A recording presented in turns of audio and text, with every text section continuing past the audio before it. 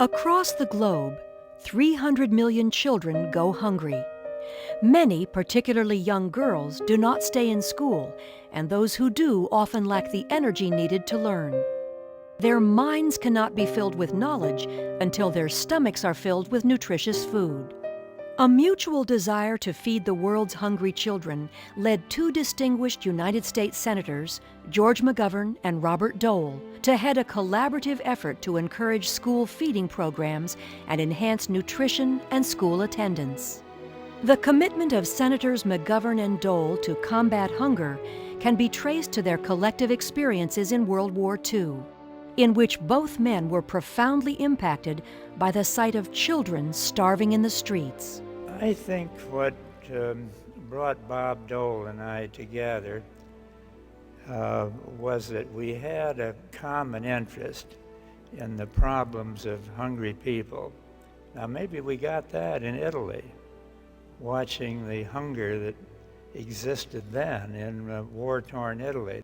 In addition to shared military service, the lives and careers of George McGovern and Bob Dole have followed similar paths that saw them rise from humble Midwest beginnings to war heroes to the pinnacle of political success. George McGovern was born in 1922 in a small town in South Dakota. A shy child who was often too embarrassed to speak, he found his voice at Dakota Wesleyan University. Following the attack on Pearl Harbor, McGovern left school to enlist in the United States Army, where he was trained as a pilot and flew 35 missions during the war. He returned to Dakota Wesleyan, graduated in 1946, and later earned a PhD from Northwestern University. He then set his sights on politics and was elected to the United States House of Representatives in 1956 and to the Senate in 1962. Where he served 3 consecutive terms and earned positions on key Senate committees. President John F. Kennedy appointed McGovern as the first director of the U.S. Food for Peace program in 1961. McGovern earned the Democratic nomination for president in 1972, but was defeated in the general election. Continuing his commitment to public service, he then embarked on a new career as a statesman, activist, and professor, and was appointed U.S. Ambassador to the UN Food and Agricultural Agencies in Rome. Like McGovern, Bob Dole began his life in the Midwest. Born in 1923 on the plains of Kansas, Dole enlisted in the U.S. Army at the age of 19. Fighting in World War II, he was severely injured by gunfire and was not expected to survive. During his long and painful recovery, he decided to pursue a career in law. While still in law school, Dole ran successfully for state legislature and was soon thereafter elected Russell County Attorney. In 1961, he was elected to the U.S. Congress, where he served 4 terms. In 1966, as Norman Borlaug was confronting India's food crisis, a young Representative Dole was deeply impacted by a congressional trip to see the situation firsthand. Dole was elected to the Senate in 1968 and was soon appointed chairman of the Republican National Committee. His Senate colleagues elected him Senate Majority Leader in 1984. The 12 years he spent as leader of the Republicans made him the longest-serving leader in the party's history. He retired from the Senate in 1996 after winning the Republican nomination for president in an election he ultimately lost.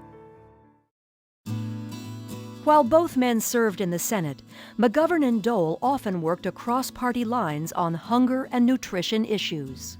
In the 1970s, they expanded the domestic school lunch program and established the highly successful WIC program, which provides food and education for pregnant and postpartum women, infants, and children. But if we were going to serve the interests of hungry people in this country, or in other countries, we had to do it on a bipartisan basis. In perhaps their greatest domestic success, McGovern and Dole worked together to enact sweeping reforms to the U.S. food stamp program by expanding it to millions of people who were either unaware of its availability or unable to afford participation. If you ask recipients of the food stamp program, how it originated and who sort of pushed it along. I don't think they would know, but that's not important. The important thing is that they benefit and they have a better quality of life.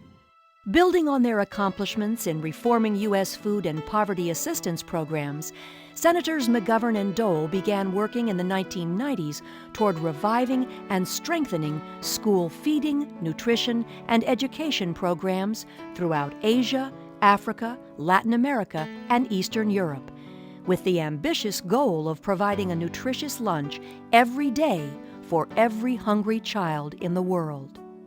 With the support of President Bill Clinton, a pilot program was funded in 2000 through the U.S. Department of Agriculture, which initially provided nutritious meals for children in 38 countries.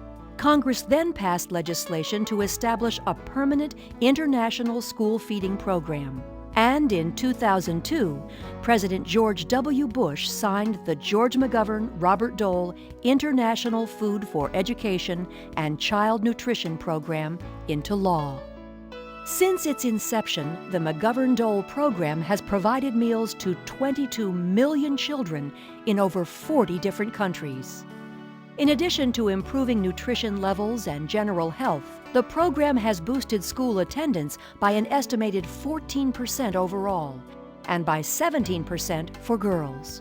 And if we're going to prepare children to learn, we must feed them. Children who receive school meals show improved concentration, cognition, and academic performance. Additional benefits of school feeding programs include increased local employment, lower birth rates, and the reduced transmission of HIV and AIDS. The McGovern-Dole program also reignited global commitments to school feeding. More countries began participating as donors for school feeding programs, and school feeding has since been championed by the UN, the G8, and other international development groups as one of the key components of alleviating hunger and poverty worldwide. In addition to cash donations, thousands of tons of food commodities have been distributed to participant countries under the auspices of the McGovern-Dole program. The increased support given to the UN World Food Programme's School Feeding Initiative, the largest of its kind, allowed it to double its operations between 2000 and 2005. By 2006, the WFP's efforts were reaching more than 20 million children in 74 countries. 11 million of these children are in Africa, and over 50% are girls. The benefits of school feeding are especially powerful for girls and young women in overcoming gender inequalities in literacy and education. In many countries where girls are traditionally kept out of school to work in the home, it has been found that when meals and/or take-home rations are available at school, girls are much more likely to be allowed and even encouraged to receive an education. The McGovern-Dole program and other school feeding programs have the potential to finally break the cycle of hunger and poverty. Through collaborative leadership that has encouraged a global commitment to school feeding, Senators McGovern and Dole have enhanced school attendance and nutrition for millions of the world's poorest children. As they continue to strive towards their goal of providing a nutritious school lunch every day for every child in the world, it is most fitting that George McGovern and Robert Dole be recognized as the 2008 World Food Prize laureates.